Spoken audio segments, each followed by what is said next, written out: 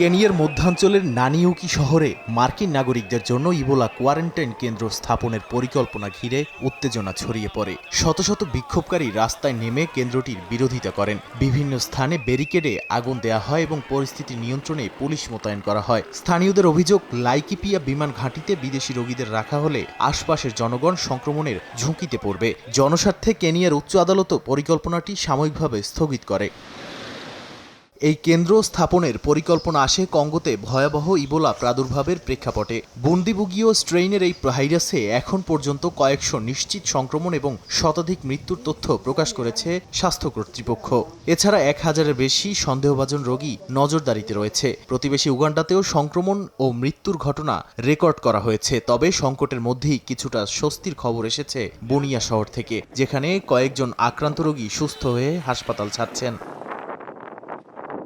সুস্থ হয়ে ওঠা রোগীদের মধ্যে 4 জনই স্বাস্থ্যকর্মী। বিশ্ব স্বাস্থ্য সংস্থার মহাপরিচালক টেড্রোস আধানম গ্যাব্রিয়াসুস এটিকে বড় অর্জন হিসেবে উল্লেখ করে বলেন, দ্রুত শনাক্তকরণ, চিকিৎসা, কন্ট্রাক্ট ট্রেসিং এবং স্থানীয় জনগণের সম্পৃক্ততার ফল দিতে শুরু করেছে।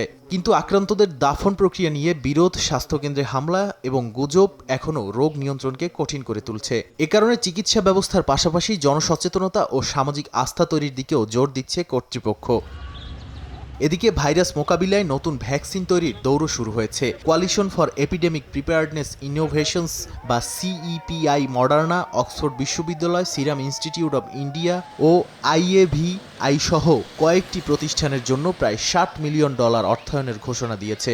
এর মধ্যে সবচেয়ে বড় অংশ পাচ্ছে মডার্না, যারা mRNA প্রযুক্তি ব্যবহার করে বুন্ডিবুগীয় ইবোলার বিরুদ্ধে পরীক্ষামূলক ভ্যাকসিন তৈরি করছে। গবেষকদের আশা, কয়েক মাসের মধ্যেই প্রাথমিক ট্রায়ালের জন্য ভ্যাকসিন প্রস্তুত করা সম্ভব হতে পারে।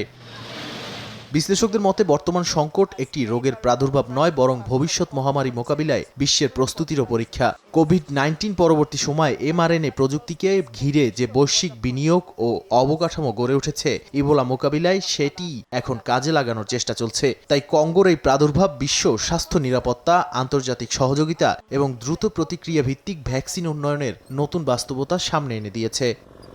নাদিম মারজান, সময় সংবাদ।